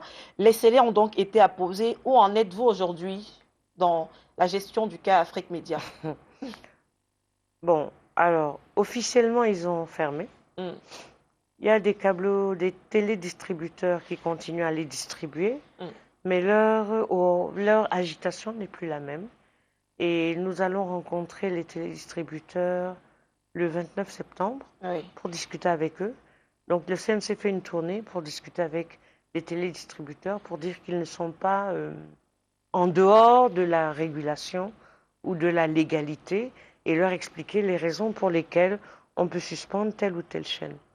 Ensuite, notre objectif, c'est que, bon, une fois la sanction consommée, on va rencontrer les dirigeants d'Afrique Média pour leur dire encore notre manière de voir l'équilibre de l'information. On ne voulait pas chercher l'affrontement. C'est ce qu'ils ont cherché. C'est ce qui a arrangé le SNJC parce que vous aimez ça. Mais on voulait juste trouver un terrain d'intelligence pour qu'on avance. D'accord. Et justement, j'ai eu l'information selon laquelle, avant même cette rencontre du 29 septembre dont vous parlez, il y a eu des rencontres précédentes déjà entre bien avant la le sanction. CNC, oui, bien et avant. Les câbleaux distributeurs qui d'ailleurs, certains aujourd'hui ont déjà enlevé Afrique Média de leur... Il n'y a pas eu de rencontre, il y a eu simplement des injonctions. On n'avait pas eu de rencontre. D'accord. Là, on fait une tournée nationale pour les rencontrer. Donc aucun argent, pas un seul franc CFA n'a jamais été donné à aucun câbleau distributeur. Si vous avez les éléments, moi, je n'en sais rien. Oui. Je n'en sais rien. Si vous pensez qu'il y a eu d'argent, moi, je sais qu'on n'a donné aucun argent. Vous voyez? D'accord. Et donc, c'était pour combien de temps la sanction, finalement? Un mois. Et est-ce que ça ne fait pas encore un mois que les scellés ont été apposés? Parce que quand on fait le décompte, c'est parce qu'ils ont refusé, Oui. Ils ont résisté, ils ont continué à diffuser. Le problème, c'est leur position à eux. Au mois de juin, s'ils avaient accepté, ils n'auraient eu qu'un mois. Mais ils n'ont pas accepté, ils ont continué à diffuser. Et finalement, bon, le mois, ça va finir en septembre. Le mois réel. Les autres fois, on était en bisbille avec eux. On discutait, on se battait, on bagarrait. Le SNJC, vous étiez de leur côté, etc. Donc, bon, c'est pour ça, maintenant, ça va faire un mois. Donc, ça veut dire que une fois que le délai que vous avez accordé sera épuisé, il y aura des discussions, mais Afrique Média pourra à nouveau émettre normalement au Cameroun? S'ils font leur travail normalement, il n'y a pas de problème. Et c'est quoi faire leur travail normalement? C'est-à-dire au-delà de ces enjeux-là. C'est ne pas faire comme ce que vous êtes en train de faire. C'est-à-dire, c'est de faire en se disant que informer, ce n'est pas la guerre. Discuter, ce n'est pas la bagarre. Vous trouvez que je bagarre? Un peu. C'est un échange. Non, mais c'est vous qui m'avez taquiné plusieurs fois je vous ai pas en me disant que je m'asseoir sur ce fauteuil et tout. Et c'est vous qui m'avez taquiné, c'est vous qui m'avez invité. Oui. Et je vous réponds en toute sincérité. Ce que je veux dire, si vous voulez, c'est que, bon, discuter, il n'y a pas de problème. Mhm. Avoir des points de vue différents, il n'y a aucun problème. Tout à fait. Mais dépasser un certain nombre de bornes, ça pose un problème. Et ces bords-là qui ont été dépassés, juste pour sortir du sujet Afrique Média, sur les choses qui étaient dites sur cette chaîne, qui n'étaient pas tout à fait exactes, notamment concernant la France, les puissances Non, étrangères. c'est pas par rapport à la France en tant que telle. Oui. C'est de manière générale. Supposons que vous m'invitiez, comme vous m'invitez là, Mm. il y a des choses, il y a une décence qu'il faut maintenir, que Afrique Média, il n'y a pas qu'Afrique Média d'ailleurs, ne maintient pas, parce qu'elle pense que le devoir d'impertinence lui impose d'être mal élevé. Mal élevé, c'est quoi? Prenons un exemple, hein, je prends des exemples. Afrique Média parle de moi, entre dans ma vie privée et dit, cette fille-là, elle n'a même pas d'enfant, machin, comme ça, par exemple. Vous voyez ce que je veux dire? C'est-à-dire de ne pas rester dans le domaine de la critique objective et des faits sur lesquels chacun de nous peut s'appuyer. C'est de faire de la surenchère pour dénigrer l'autre, pour le salir, pour des choses comme ça. Donc c'est simplement ça, c'est-à-dire c'est savoir jusqu'où la critique peut aller. Et ils ont beaucoup insulté les membres du CNC. Est-ce que ça n'a pas un peu joué à la défaveur? Non, c'était avant. Est-ce que ça n'a pas été passionné après la sanction? La sanction est venue avant. Ils ne nous ont insultés que quand nous les avons sanctionnés. Donc avant, ils ne nous avaient pas insultés. Ils ne nous ont sanctionnés, enfin, ils ne nous ont insultés que quand on les a sanctionnés. Mais si vous, en tant que journaliste, vous trouvez normal que d'autres journalistes insultent des instances, c'est clair que c'est votre problème. Ce n'est pas normal du tout, et ça, personne ne le soutient. Quand vous discutez, moi, je ne vois pas pourquoi, même si je ne suis pas d'accord avec vous, même si je trouve que vous faites un travail comme ci ou comme ça, j'ai le droit de vous insulter. Pourquoi? Non, pas du tout. Et dans les médias, non. Je veux dire que vous, même vous, en tant que journaliste, vous avez cautionné cela en les invitant, en leur donnant une légitimité. Ce que je veux dire, c'est qu'à un moment donné... Mais est-ce que ce sont les panélistes, justement, qui insultaient? Et ces panélistes-là... Mais vous avez invité ces mêmes panélistes, même dans la chaîne dans laquelle je travaille. On a invité des panélistes qui m'ont insulté. Est-ce que c'est normal? Est-ce que c'est normal? Je veux dire que même vous m'avez invité sur un plateau, il y avait un panéliste qui m'a insulté. Je veux dire, je veux bien, oui, je veux bien si vous voulez que ça soit la liberté. Bon, mais est-ce que moi je peux me permettre... Denis Kwebo donnait son avis que ni moi ni vous n'avons apprécié sur votre parcours en tant que journaliste, mais en disant les faits. C'est pas un avis. Mais attention, c'est pas un avis. Est-ce que c'est une insulte, Suzanne? Oui, bien sûr, parce qu'il ne s'appuie pas sur la réalité de mon travail. L'insulte, c'est quoi? Il peut mentir, mais c'est pas forcément qu'il vous a insulté. C'est une insulte. Oui. Quand vous mentez, quand je mens sur votre activité, c'est que j'ai délibérément la volonté de vous dénigrer. Je suis désolée. Et c'est en ce sens que c'est une diffamation. Voilà, diffamation, oui, je suis d'accord, mais pas insulte. Diffamation, c'est une insulte, je suis désolée. Quand on pas dit... forcément. Si, c'est ce que ça veut dire, la diffamation. La diffamation c'est dire des mensonges, la diffamation. Non, la diffamation est fondamentalement. Une insulte. Mentir sur quelqu'un, c'est diffamer sur lui. C'est dire des choses fausses sur la personne. Mais c'est une insulte. Quand vous dites de quelqu'un qu'il est c'est considéré comme une insulte. C'est une insulte au sens juridique du terme. C'est ce que ça veut dire.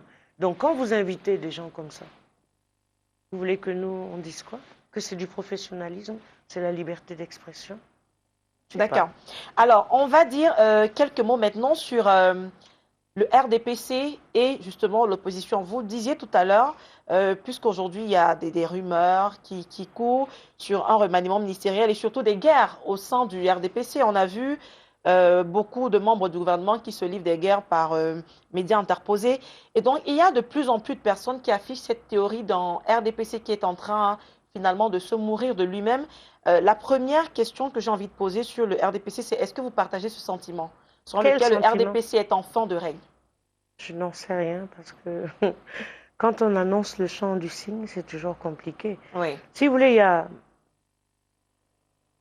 Je pourrais dire que de façon automatique, on peut considérer qu'un parti comme le RDPC, après toutes ces années, peut être essoufflé.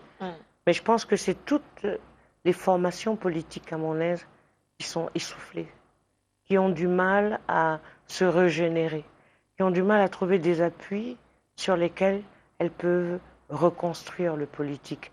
Et pourquoi je dis ça? Parce que si vous voulez, Le RDPC, lui, il a pensé qu'étant en position de force, il pouvait continuer. Mais c'est l'une des formations qui a le plus renouvelé sa manière de faire pour se maintenir à niveau. Les autres formations pensaient qu'elles ont l'aval du peuple, la légitimité populaire. Et donc, elles n'ont pas renouvelé leur stratégie.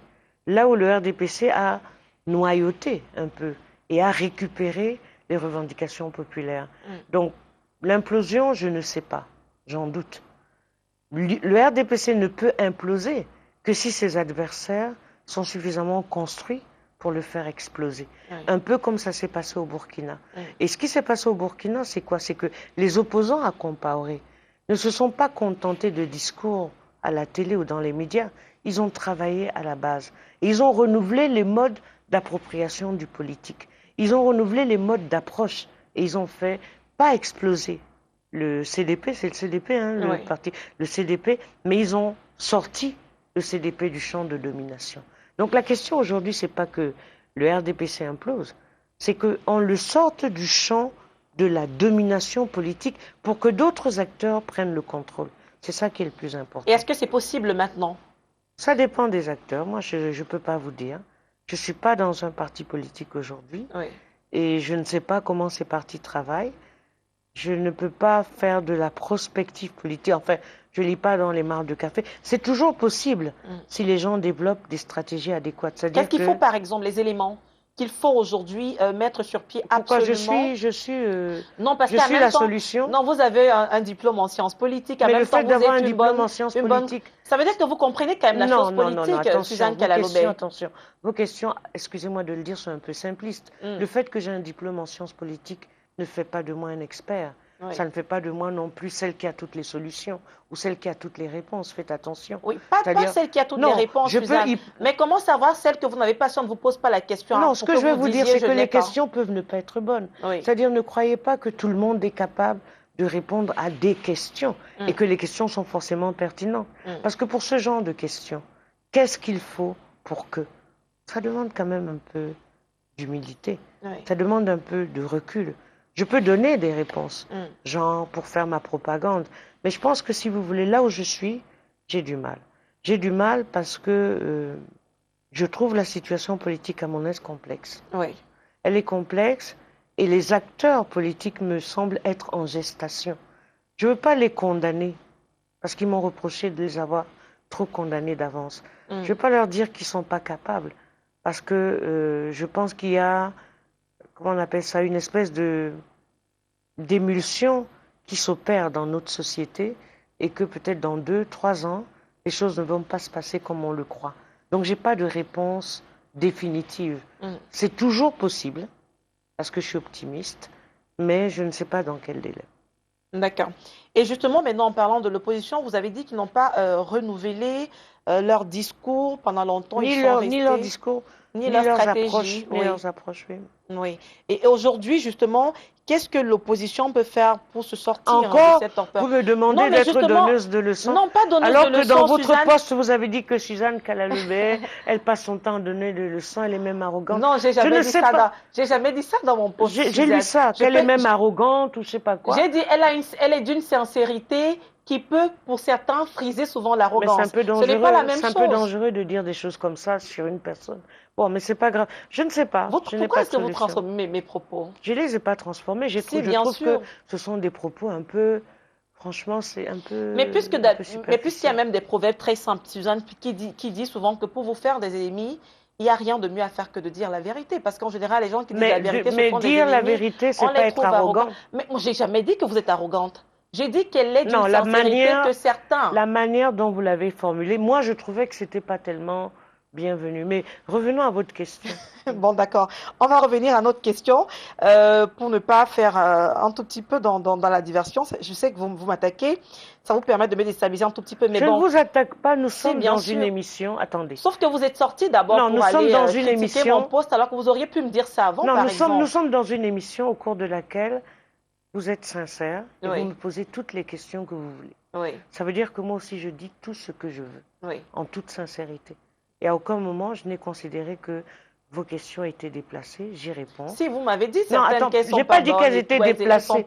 et Non, qu'une journaliste comme moi non, je n'ai pas aurait dit, pu mais attendez, juger attendez, je n'ai pas du dit qu'elles contexte avant étaient, de poser des je n'ai pas questions dit sur qu'elles votre étaient parcours politique. déplacées. Si vous l'avez dit, Non, pas Suzanne. déplacées, je dis simplement que, puisqu'on discute avec sincérité, Oui. que vous n'avez pas peur de me poser toutes les questions, moi je vous réponds avec sincérité.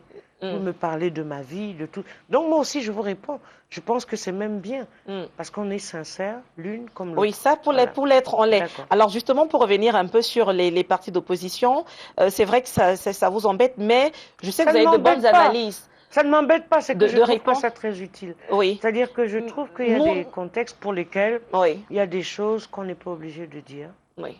Donc, parce ça que veut je ne vois pas à quoi ça sert, honnêtement. Bon, d'accord, ça sert peut-être à rien, mais comme c'est une question, je vous en prie, ça, je vous en supplie. Est-ce que vous pourriez me dire ce qui, d'après vous, pourrait permettre aujourd'hui à l'opposition de redorer un tout petit peu son blason en termes, parce qu'en même temps, vous êtes communicatrice. Je ne suis pas communicatrice d'un parti de l'opposition. Je sais, mais vous êtes toutes les fois où j'ai essayé de jouer la communicatrice, ils m'ont chassé. Oui. Parce que vous savez que les partis de l'opposition ou même les PDG n'aiment pas la sincérité des communicateurs. Oui. Non, je pense que tous les partis de l'opposition ne se valent pas. Et je n'aimerais pas conseiller tous ces partis-là.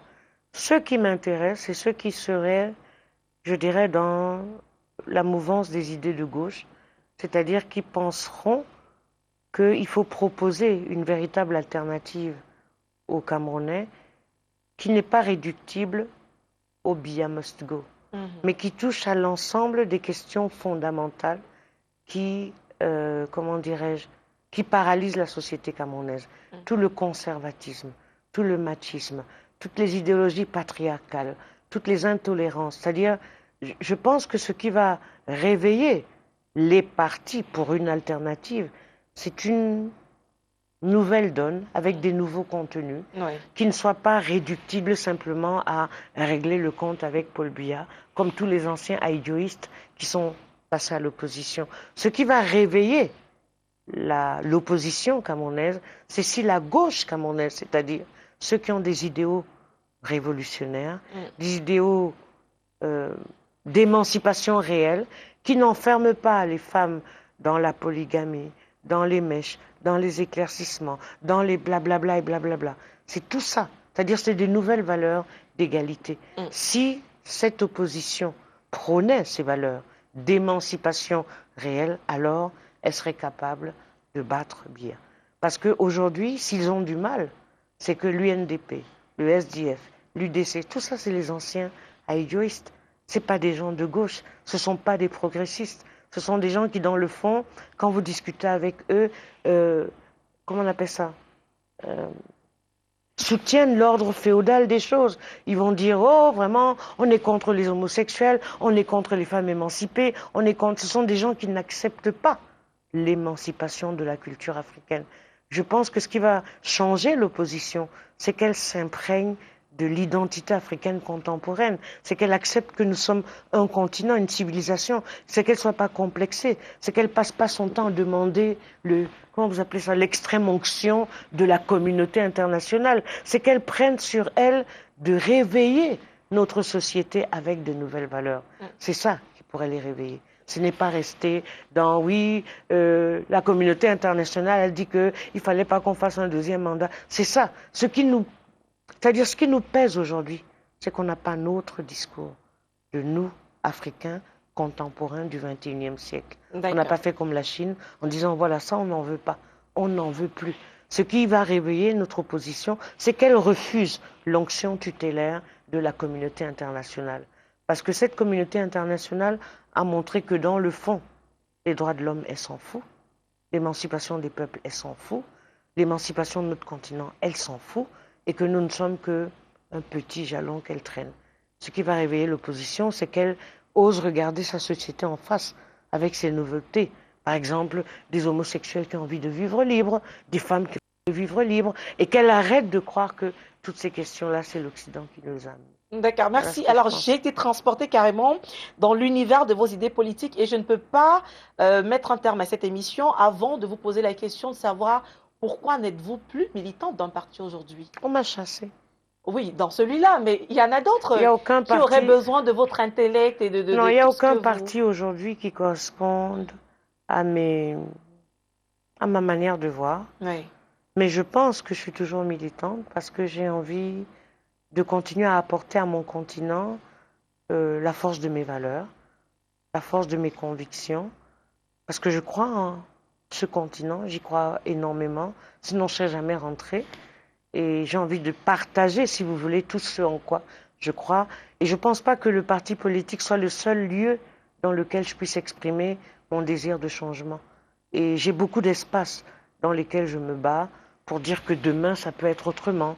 Je travaille dans une association qui s'appelle les Amis de la ville de Douala, où nous nous battons pour le cosmopolitisme, pour le vivre ensemble.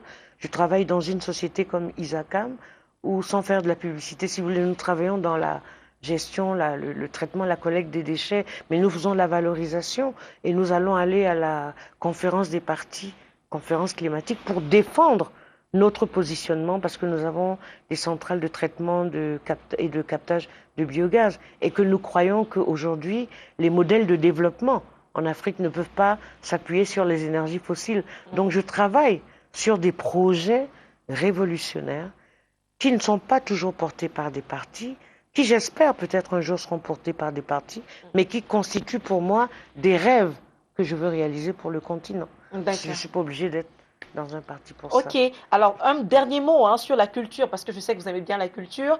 Et là, puisqu'on n'a plus de temps, je vais juste vous demander, aujourd'hui, quand on parle de culture au Cameroun, c'est quoi votre coup de cœur et puis c'est quoi votre coup de gueule sur le thème général de la culture? Non, j'ai tellement de... Mon coup de gueule, c'est l'état dans lequel se trouvent aujourd'hui les artistes. C'est-à-dire, j'ai mal au cœur quand Ebeni Donald Wesley, qui est un mythe de la variété camerounaise, est obligé de jouer dans certains bruits-bruits. Mon coup de gueule, c'est de dire qu'il faut des structures, un encadrement, pour que ces mythes, comme Aladji Touré, comme Ekambi Briand, comme Beko Sadé, comme Missengo, comment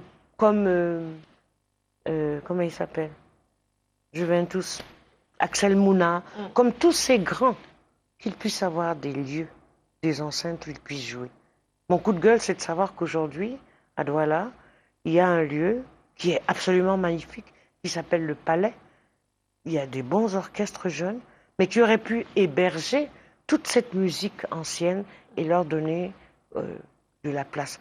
Mon coup de gueule, c'est de dire que oui, il aurait suffi que le gouvernement, la communauté urbaine encadre Douala-Bercy pour que ça soit un vrai lieu de spectacle. Ça, c'est mon coup de gueule parce que tous ces gens ont accompagné ma jeunesse, mon enfance, et ça me fait mal de les voir traîner dans des cabarets de 4 sous. Je ne méprise pas ceux qui font des efforts, mais c'est choquant. C'est choquant quand vous voyez tous ceux qui ont fondé la musique camerounaise d'être obligés d'aller jouer dans des, je ne sais pas comment j'appelle ça, dans des bruits-bruits. Ça, c'est mon coup de gueule. Mon coup de cœur, c'est tous ces jeunes musiciens qui se battent, qui essayent de trouver des formes. Je pense à Marcy, qui est un slammer. Je pense au fils d'un de mes amis, Mbambe, qui est un très grand slammer qui a un prix. Je pense à Leonora Miano, même si j'aime pas forcément la qualité de son écriture. Je pense à Kaïsan Doumbé, même si elle pense que j'ai toujours dit qu'elle ne savait pas chanter. Je pense à toute cette jeunesse, si vous voulez, qui ose faire des choses dans des contextes qui ne sont pas si simples que ça. Et puis je pense à toutes ces milliers de petites mains qui essayent de dire que le Cameroun est toujours debout, qu'il existe et que nous sommes fiers d'être bantous. Donc ça, c'est mon coup de Merci cœur. Suzanne Kalalobe d'être venue sur ce plateau. Merci à vous de nous avoir suivis. C'est sur ce que nous mettons donc un terme à cette émission. On se retrouve très bientôt sur les antennes de STV. Passez une excellente nuit.